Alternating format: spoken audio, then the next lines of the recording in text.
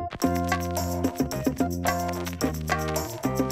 everybody, Kristy Glass here today, doubling up on a finished object. This is my Carbeth. I've already shot a video on all the adventures of my Carbeth. I will link to it underneath this video if you want to check that out, and then you can come back here.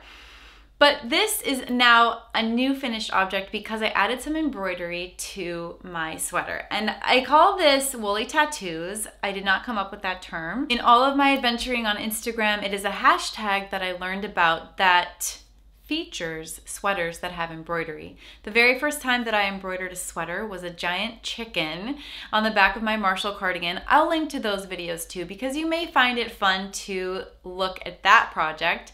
And this is just a little something extra I wanted to add to my Carbeth. This sweater is very basic and it has a very neutral tone to it. It's not really my normal jam when it comes to styling, so I wanted to add a little something to it. The yarn is Nightshades from Harrisville, and so it is a black or a very dark brown base, but it has some orange spun into it, and that is how the Nightshades works. They have all of these different blacks, so you can get the purple or the pink or the red or the yellow, the green. I'm sure there are more colors, probably a blue. This one happens to be orange. When I was attending the Knit and Escape virtual retreat, knitandescape.com has all the information if you want to know about our virtual and our in-person events. It is a company that I co-founded with my friend Eve. When I was attending our virtual retreat and Dragon Horde Yarn was vending, she had this mini skein kit of yarn that she had dyed. There were 2 different mini skein kits and they were in honor of her new puppies. She had French Bulldog puppies just like mine. In fact, I think she named hers Lulu and mine is Louise. Her nickname is Lulu. So I was really drawn to this mini skein kit for several reasons. And I have it here. It's caked up now. I have every color except for one. So one of the colors that she did was sort of the same as this color right here. It was a very dark, maybe brown or gray, because that was the color of her Frenchie. And the rest of the colors were really bright. So that dark color I knew would not stand out here on my sweater as an embroidery yarn, but I knew that these would. So these just came into my life right when I was working on my Carbeth, and they all seem to really go together. So some of these are tonals, and they did have labels at one point. I don't really know the names of these colors, but she did dye it as a mini skein kit for, I think this was Louise's, or it might have been Odin's, and she did it for Knit and Escape. So she may or may not have these, but she has beautiful yarns, Dragon Horde yarn, and you can check those out on her website, which I will link to underneath here as well.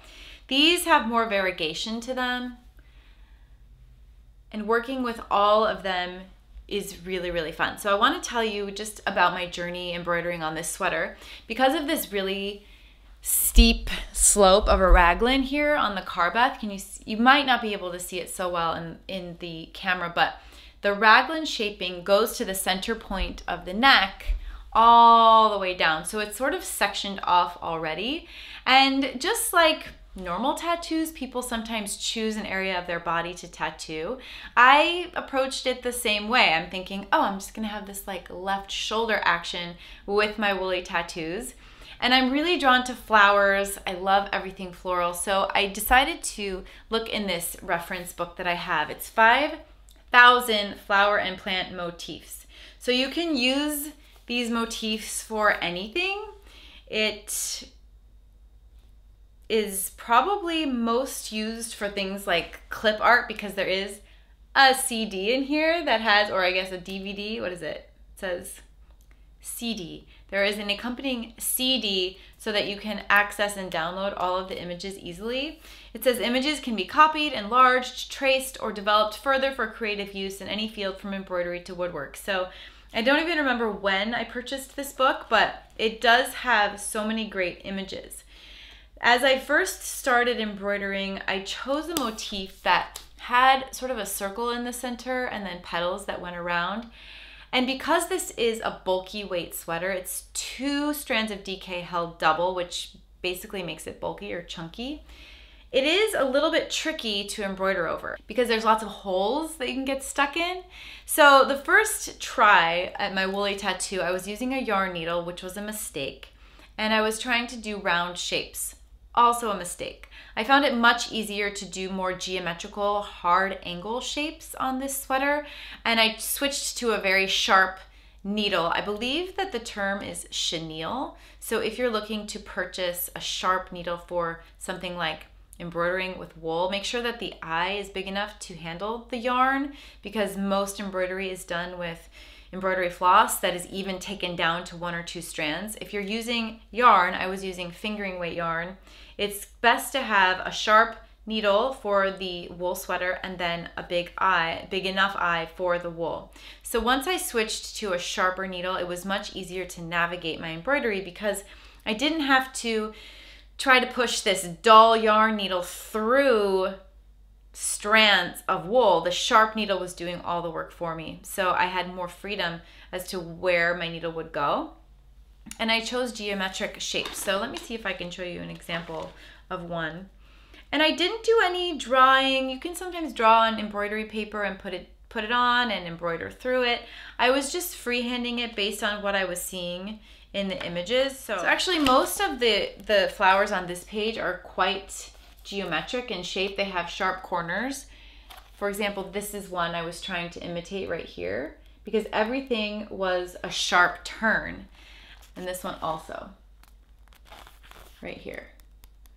But something that's round, even everything on this page, to me was much harder to achieve on the sweater because of all the roundness I had to do. I had to stick to big stitches with hard angles.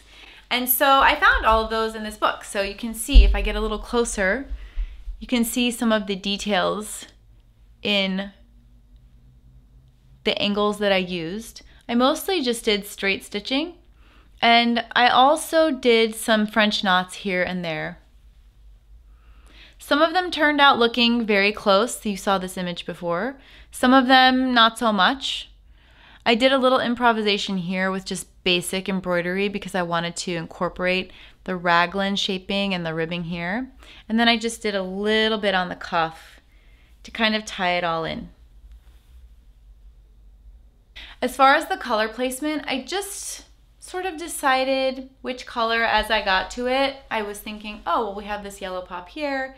Maybe we'll do the purple next, and then we need another lighter or brighter pop here and there. It was just a very organic experience. I literally sat down on my couch with all of my materials and did it in a couple of hours sitting. And I thought, you know what? That's all the time I want to spend making this what it is. I guess sort of like a tattoo. You go in, you get your tattoo, and you go. My knowledge of actual tattoos is very, very limited, but I was thinking you only want to go for as few sessions as possible based on the pain involved with tattoos. So I sort of approached it the same way. Like, if I were to spend an afternoon in the Woolly Tattoo Salon, what could I get done?